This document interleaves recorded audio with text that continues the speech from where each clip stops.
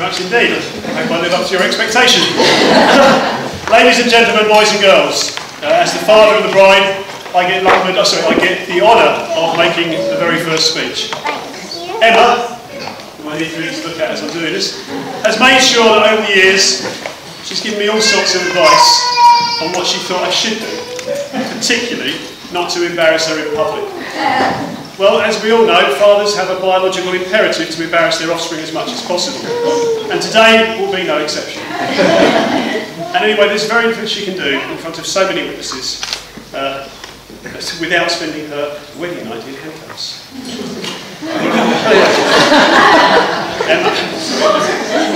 Emma and Andrew have made it very clear that in the little soiree that follows this delightful wedding breakfast, not a single ABBA track will be played. Not even Knowing Me, Knowing You. Now that total ban on ABBA made me think that surely can't apply to my speech. So in the spirit of free speech and total embarrassment, I'm going to fit as many ABBA songs as I can into this little interlude. You might like to keep count. Firstly, I would like to thank everyone for celebrating with us today the marriage of Emma and Andrew. It's a beautiful place, and I know that many of you have travelled down from Waterloo to be with us here today. You see how it works there. As a child, Emma was confident, strong and loving, and she's brought those qualities through into adult life. She loved music, playing the trumpet and dancing. She was our own little super trooper and dancing queen. Everything that Emma and Joanne have done has made me possibly the proudest father in the world. And I know that Emma and Joe's grandma and granddad would so have loved to be here today. I think it is appropriate at this point that we raise a glass to any and all absent friends, as it is times like this that we think of them. Ladies and gentlemen, to absent friends.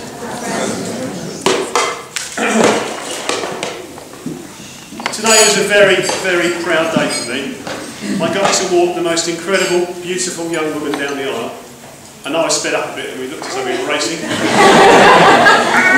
That was my competitive instinct to get to the end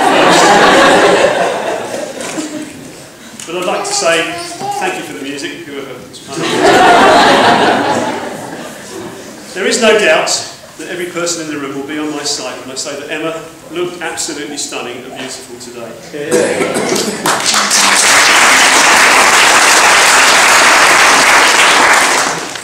And I cannot deny I felt a loss at that moment. After all, I was giving my daughter away to be married. I am reminded at this point of something someone once wrote. I think it may have been a Swedish pop group, but I can't recall their name. In a song called Slipping Through My Fingers. You will forgive me if I don't sing, you don't deserve that. School bag in hand, she leaves home in the early morning, waving goodbye with an absent-minded smile. I watch her go with a surge of the well-known sadness, and I have to sit down for a while. The feeling that I'm losing her forever, and without really entering her world. I'm glad whenever I can share her laughter, that funny little girl. Slipping through my fingers all the time. Do I really see what's in her mind?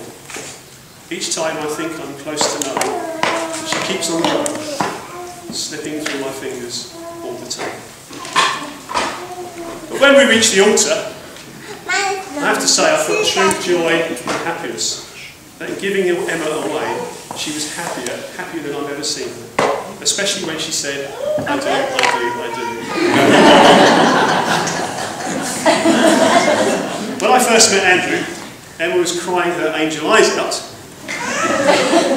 Pay attention now, come on. Nothing to do with Andrew, I hasten to add.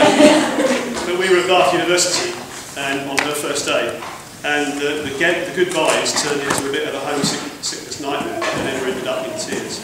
We since found out that very soon after that, Emma was involved in a three-legged puzzle with, guess who, Andrew. Emma, does your mother know? Andrew is what I would call a good man. A very good man. He's a perfectionist. And he obviously found perfection in Emma. He's very competitive, especially when cycling, as I know to my cost. intelligent, hard-working, diligent, and we were really pleased when he said to Emma, "I have a dream, take a chance on me." We were even more delighted that Emma didn't respond with an SOS, or "Dad, we need some money, money, money."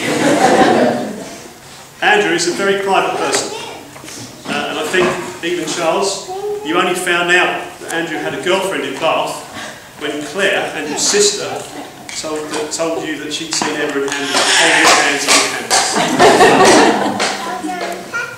Andrew, I would like to thank you for being so supportive and loving of Emma. Mamma mia, it takes a weight off my mind. Oh, yes, I forgot to say, Andrew, you won't know this, but all the suites have got all skyscrapers 1, 2 and 3. So if you are bored tonight, you'll have something to watch. Oh, the other thing, of course, welcome to the Gosden family, Andrew. May God have mercy upon your soul. At this point, I think I'm supposed to give the happy couple some wry advice on what makes a happy marriage. Emma, your mum might say, "Gimme, gimme, gimme a man after midnight."